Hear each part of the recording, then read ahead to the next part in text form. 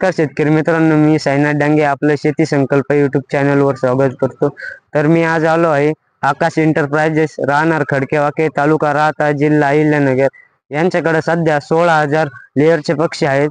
तसंच त्यांचं रोजचं नियोजन कसं राहतं आणि त्यांना व्यवसाय करताना कोणकोणत्या प्रकारच्या अडचणी आल्या हे सर्व आपण व्हिडिओमध्ये पाहणारच आहोत। तर व्हिडिओ शेवट पण नक्की पहा।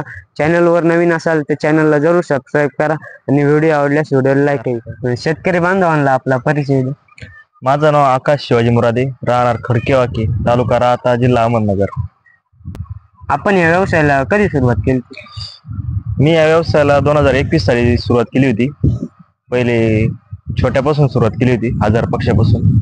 आज रोजी माझे 15,000 कॅपॅसिटीचे फार्म आहे। 15 ते 16,000 पक्ष्यांचे लेअरचं कॅपॅसिटी आहे। वेंकीचा पक्षी हा BV300 म्हणून। आपण व्यवसाय करण्यापूर्वी काय करत होतो? या व्यवसाय करण्यापूर्वी मी कॉलेजमध्ये शिकत होतो। कॉलेजमध्ये असं सेकंड इयर असताना मी हा व्यवसाय सुरू केला होता। या व्यवसाय संकल्पना कशी सुचली तुम्हाला? व्यवसाय संकल्पना अशीच की आमचे शेजारी आमचे बंधू विक्रम भाऊसाहेब मुरादे यांनी अगोदर प्रोजेक्ट स्टार्ट केला होता। त्याच्यानंतर मग आम्ही त्यांचं बघून चालू केलं। आता सध्या आपलं शेड किती बाय कितीच आहे? आता टोटल शेड 3 शेड आहे। एक 100 बाय 30, एक 160 बाय 30 आणि एक 250 बाय 40 असे 3 शेड आहे। आपल्या मागे शेड पाहतो, याच्यासाठी किती खर्च आला? या शेडसाठी 11,000 कॅपॅसिटी या शेडची। यासाठी कमीत कमी 80 ते 90 लाख रुपये खर्च आला।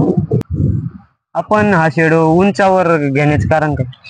यावर उंचावर घेण्याचं कारण असं की जे खाली विष्ठा पडते ती 2-2, 3-3 महिन्याला जेव्हा खाली कॅपॅसिटी तयार करतो आपण, शेड बांधतो, त्यासाठी 2-2, 3-3 महिन्याला ते विष्ठा बाहेर काढावं लागते।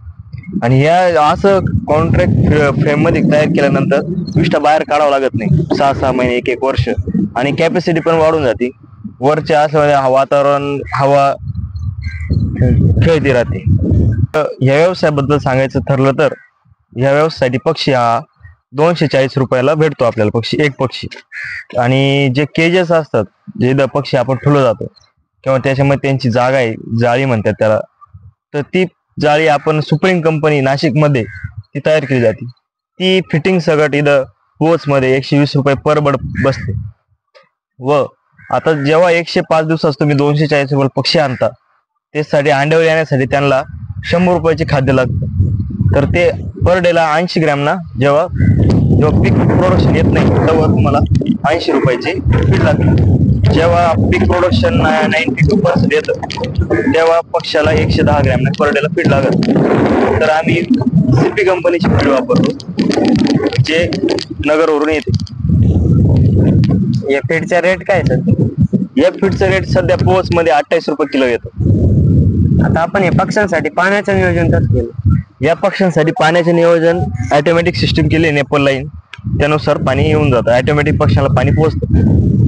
यामध्ये फीडचे ट्रॉली बसवले आपण, ऑटोमॅटिक मध्ये फीडची फीड मिल बसवलेली आहे, सर्व ऑटोमॅटिक फीड सिस्टीम केली।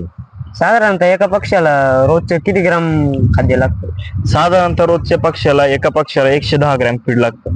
आता एवढ्या पक्ष्यांमध्ये आपले रोजचे अंडी कलेक्शन किती होतं? या पक्ष्यांमध्ये 14,000 15,000 प्रोडक्शन निघतंय दररोजचं।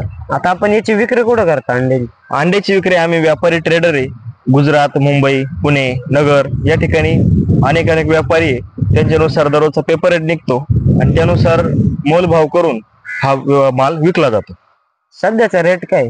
सध्याचा रेट आहे 4.5 रुपये पर एक अंड्याचं चालू आहे सध्या। आता आपण हा पक्षी किती दिवसात आणता? आपण हा पक्षी 105 दिवसात आणतो। हा वेंकीस कंपनीचा BV300 म्हणून हा पक्षी भेटतो। हा 240 रुपये बसतो। साधारणतः पक्षी आणल्यापासून तर अंड्यावर येईपर्यंतचा कालावधी किती महिने? पक्षी इथं 105 दिवस झाल्यानंतर इथून तो कमीत कमी सरासरी 50 दिवस लागतात अंड्यावर येण्यासाठी। आजाराचं नियोजन तुम्ही कसं करता? आता आजाराचे असं ऋतूप्रमाणे आजार असतात। उन्हाळ्यामध्ये सरासरी VND, RD हे असे आजार येले जातात, त्याच्यामुळे खूप नुकसान होऊ शकतं। त्यासाठी लसीकरण प्रिकॉशन म्हणून VND, IB या असे लसीकरण केले जातात। व दर महिन्याला यांना कॅल्शियमची कमतरता भासल्यामुळे अंडे देतात, त्याच्या कमतरता असते. दर महिन्यात त्यांना कॅल्शियम दर महिन्याला दिले जाते व दर 3 महिन्याला त्यांचा डिवॉर्मिंग केले जाते, जेव्हा जंताचं औषध दिलं जातं की रोगराई येऊ नये म्हणून. पक्ष्यांची अंड्याची कॅपॅसिटी संपल्यानंतर तुम्ही यांचं कुठे विक्री करता? आम्ही हे जेव्हा त्यांचं 14-15 महिने कालावधी पूर्ण होतो तेव्हा त्यांना आम्ही ट्रेडर म्हणजे जे चिकन साठी विकले जातात त्यांचा सरासरी रेट 100, 120, 70 असा क्रायटेरिया असतो. शेतकऱ्या माणसाला नवीन सुरुवात करायची त्यांना कमीत कमी 2000 कॅपॅसिटी तरी पाहिजे. त्यानुसार व्यापारी येतात, अंडे विकले जातात, फीडसाठी गाडी येते, या सर्व गोष्टी ग्राह्य धरल्या तर 2000 मिनिमम 2000 तरी पक्षी टाकावे. सुरुवातीला तुम्हाला व्यवसाय करताना कोणकोणत्या प्रकारच्या अडचणी आल्या? सुरुवातीला प्रकारच्या अडचणी म्हणजे पक्ष्यांची जात व्यवस्थित भेटलेली नसल्या कारणाने मरवणे किंवा नवीन नवीन असले ट्रेडर न भेटणे, अंड्यासाठी फीडचं फॉर्म्युलेशन न जमणे, हे नवीन अडचणी येऊ शकतात. हा व्यवसाय कशा प्रकारे केला तर नवीन शेतकरी बांधवांना परवडे? हा परवडे म्हणजे ज्या तुम्ही प्रॉपर खाद्य घाला, प्रॉपर पक्षी घ्या, ज्याच्याकडून पक्षी घेताय तो चांगल्या ग्रोईंग करणाऱ्याकडून घ्या की जेणेकरून फसवपसी होणार नाही. हे कशाचं मशीन आहे? फीड मिली इथं खाद्य तयार करत भाऊ ते स्वतः. मग ते सध्या लय आदबूत होती, मग ते बंद केलं. आता इथं ऑगर पाईपने खाद्यवर घेतो. म्हणजे ऑटोमॅटिक वर जातात पक्ष्यांना? हा, ऑटोमॅटिक ते कन्वर आहे. टोटल पूर्ण फीड मिली. इथं मक्का टाकायची, इथं वर दळती मिक्सर, इथं दळली का इथं बाकीचं मटेरियल टाकायचं, याच्यात मिक्स होतं, इथून खाली याच्यात काढायचं, इथून वर जातं. गोडाऊन मधून इथे ऑटोमॅटिक फीड येतं. या मशीनच्या सहाय्याने ते सर्व कोंबड्यांना पोहोचवलं जातं. कोंबडीने अंडे दिल्यानंतर त्या जाळीमध्ये ते अंडे साचले जातात. ते अंडे तिथून कलेक्ट करून इथं साचवले जातात. आता प्रॉफिटचं मार्जिन कशा प्रकारे असतं? आता याचे सरासरी ऍव्हरेज म्हणलं तर एका अंड्यामागे सगळं खर्च वगळता 1 रुपया एका अंड्यामागे शिल्लक राहतो. एका अंड्यामागे 1 रुपया वार्षिक सरासरी शिल्लक राहतो. धन्यवाद सर, तुम्ही अतिशय छान अशी माहिती दिली. धन्यवाद.